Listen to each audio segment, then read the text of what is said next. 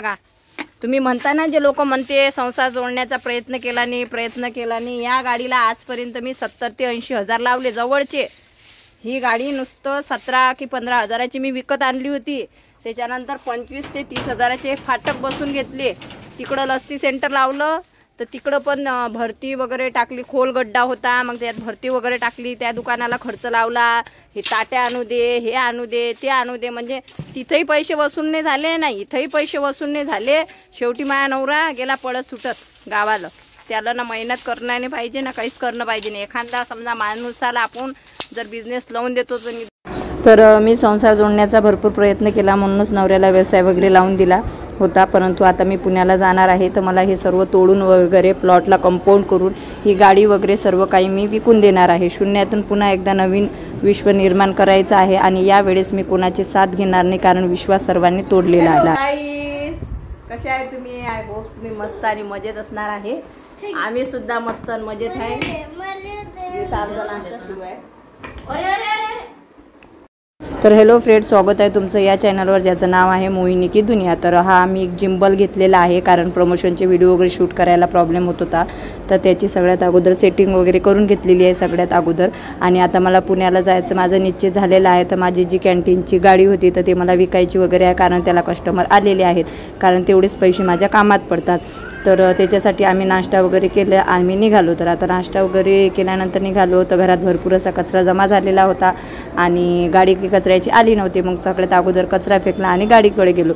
तर कसं आहे, मी संसार जोडण्याचा आणि मुलांना बापाचं प्रेम हवं त्याच्यासाठी ना मी भरपूर प्रयत्न केला आणि म्हणूनच त्या व्यक्तीवर मी खर्च पण भरपूर केला, जे माझ्या व्हिडिओमधून वारंवार तुम्हाला दिसत असते। परंतु आता ना माझ्या मनातून सर्व रक्ताचे असो, दूरचे असो, जवळचे असो, सर्वांवरून विश्वास उडालेला आहे, कारण प्रत्येक नातात प्रेमाच्या मागं फक्त स्वतःचा फायदा आणि पैसा हाच होता, हे मला जवळून मी अनुभवलेलं आहे।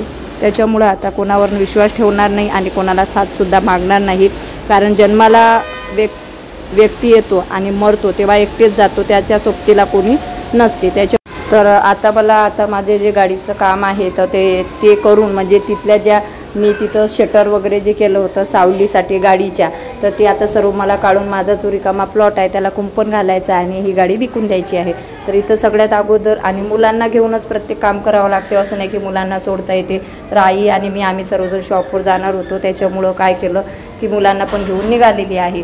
आणि हा व्हिडिओ याच्यासाठी आहे की एवढा मोठा मी व्यवसाय लावून दिला, परंतु ती आता तोडताना भरपूर मला टेन्शन येत आहे आणि सर्व वन शो झालेला आहे, खूप उन्हात धावपळ करावं लागते, त्यामुळेच मी काही दिवस यूट्यूबवरसुद्धा काम कमी केलेलं आहे।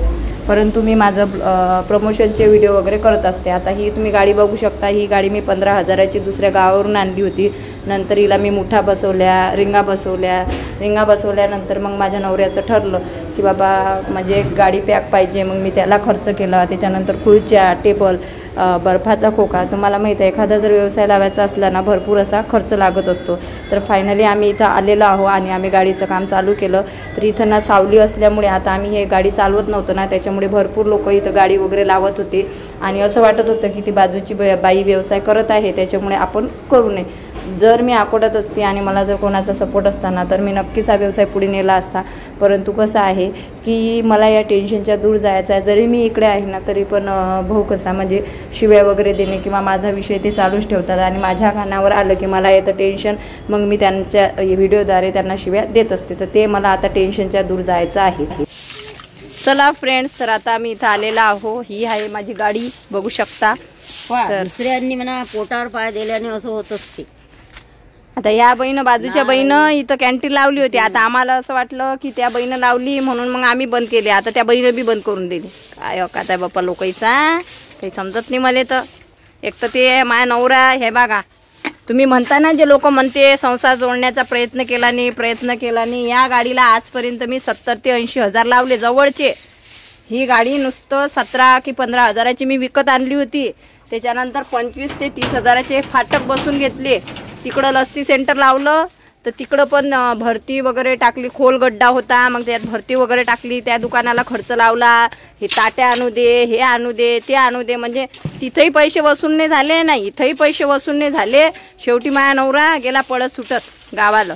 त्याला ना मेहनत करणं नाही पाहिजे ना काहीच करणं पाहिजे नाही। एखादा समजा माणसाला आपण जर बिझनेस लावून देतो तर निदान त्याने चांगला चालवावा, त्याच्याच्यानं ते पण नाही झालं. भेटा अगरलिया. आता ही गाडी मला विकायची आहे कारण मला 20 ते 22 एप्रिल पर्यंत पुन्हा शिफ्ट व्हायचं आहे. मुलांचे ॲडमिशन वगैरे तिकडे करायचे आहेत. मग शाळा चालू झाल्यावर मी काहीच करू शकत नाही. त्याच्यामुळे आता इथं एका दोघा जणांना सांगून ठेवलं की ही गाडी विकायची आहे. हा व्हिडिओ पाहिल्यानंतर जर तुम्हाला कोणाला घ्यायचं असेल तर तुम्ही पण संपर्क साधू शकता. ओके.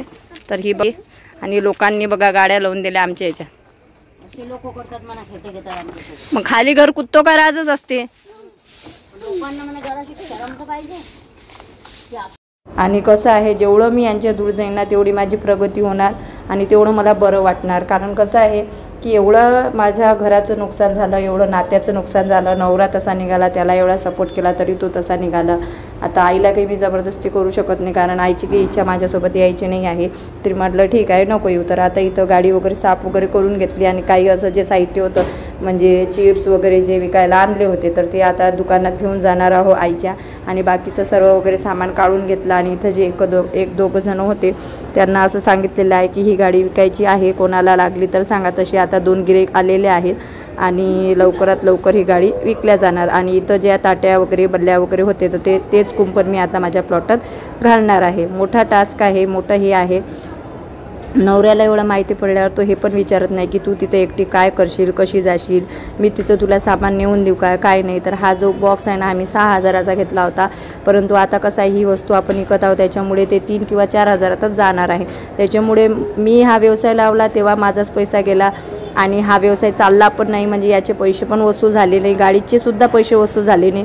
घरूनच किती मोठे पैसे लावावे लागले आणि आता कमी भावात किंवा बेभावात काही वस्तू विकाव्या लागत आहे आणि उरलेल्या काही वस्तू मी सोबत नेणार आहे कारण तिथं मला व्यवसाय लावायचाच आहे. खुर्च्या, टेबल, शेगड्या, कढई, इडली पात्र अशा काही जे वस्तू आहे ना ते मी आता सोबत येणार आहे. तेवढा तरी माझा फायदा झालेला आहे. तर काही वस्तू मी सोबत नेणार आहे. इथलं जे खाण्यापिण्याचं चिप्स वगैरे होते तर ते आईला म्हटलं तू घेऊन चल दुकानात आणि बाकीचं तिथं ठेवून दिलेलं आहे. गाडीला गिरेक वगैरे पाहणं चालू आहे. तर अशा पद्धतीने सुरू आहे. लवकरात लवकर आता पुण्याला ट्रान्सफर व्हायचं आहे कारण 1-2 कामं राहिलेले आहेत. ते झाले की हे शटर एवढे भारी आहेत ना की उचलल्यासुद्धा जात नाही, एवढं हे भारी आहे.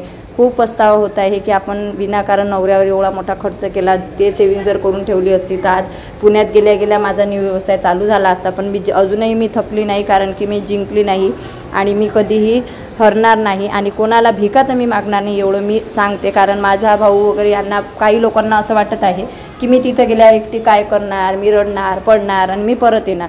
परंतु मी एकच सांगते की मी रडणारी किंवा पडणारी नाही आहे आणि आधीपासून मी मेहनतीचे कामं केलेले आहेत.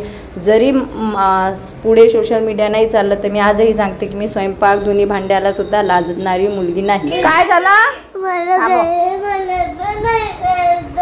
क्या हुआ बेटा? क्या हुआ?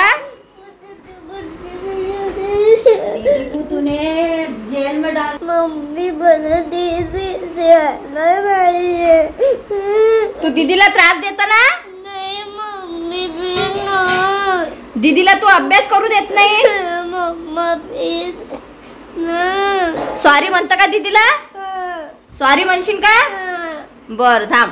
दीदी ए दीदी म्हण सॉरी म्हणा दीदी, मी तुला त्रास नाही देणार. दीदी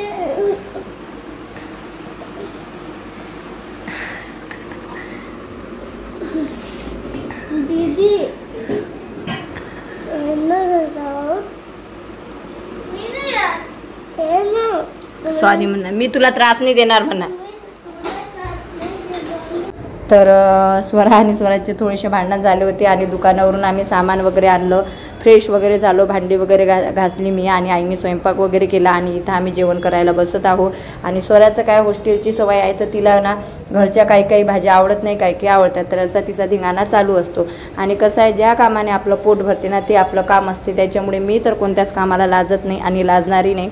आणि जे लोक माझ्या हरण्याची वाट बघत आहे त्यांनी हरण्याची वाटच बघायची. जे मला लोक चॅलेंज देत आहे की आम्ही पण बघू तू एकटी तिथं काय जाऊन काय करते काय नाही. इवन नवरासुद्धा म्हणतो हे की तू एकटी गेल्यावर काय करते काय नाही, आम्ही तुझं बघणारच आहोत. तर त्यांचे तोंड मी बंदच करून दाखवणार आहे. पुन्हा एकदा न्यू टास्क आणि शून्यातून विश्व निर्माण करण्याची संधी मिळालेली आहे आणि या संधीचं मी सोनं करणार आहे, हरणारी मी मुलगी नाही हे पुन्हा एकदा सांगते. तर अशा पद्धतीने आजचा आमचा दिवस गेलेला आहे आणि स्वराज काहीतरी कारनामे नवीन करतच असतो. इथं स्वराज पुष्पाचा डायलॉग करत होता, पुष्पा झुकेगा नहीं साला, पुष्पा झुकेगा नहीं साला, असं काहीतरी.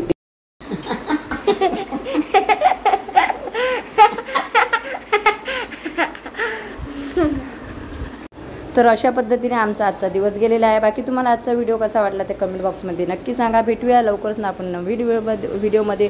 तोपर्यंत बाय बाय सर्वांना. श्री स्वामी समर्थ. बाकी माझा निर्णय तुम्हाला कसा वाटला आणि तुमचं मत या व्हिडिओविषयी काय आहे ते कमेंट बॉक्समध्ये नक्की सांगा. भेटूया आपण उद्याच्या नवीन ब्लॉगमध्ये. श्री स्वामी समर्थ. आणि मी खूप एक्सायटेड आहे लवकर जाण्यासाठी. आणि काहीतरी मला काम होतं तर मी जुन्या घरी गेली होती. मला आईला काहीतरी नेऊन द्यायचं होतं, त्याच्यासाठी आम्ही गेलो होते. आणि स्वराज तर तिथं गेलो की म्हणते मम्मी या पे ठेवरो, घर पे मत जाओ, घर पे मत जाओ. तर अशा पद्धतीने आमचा दिवस गेलेला आहे. बाकी तुमचं काय मत आहे ते नक्की सांगा. भेटूया उद्याच्या नवीन ब्लॉगमध्ये. आणि हे आहे आईचं घर. आणि बघा घरात नसलो की घराची कंडिशन कशी होती. हे ते सामान आहे जे दुकानातून आणलेलं आहे. ओके, चला बाय बाय सर्वांना.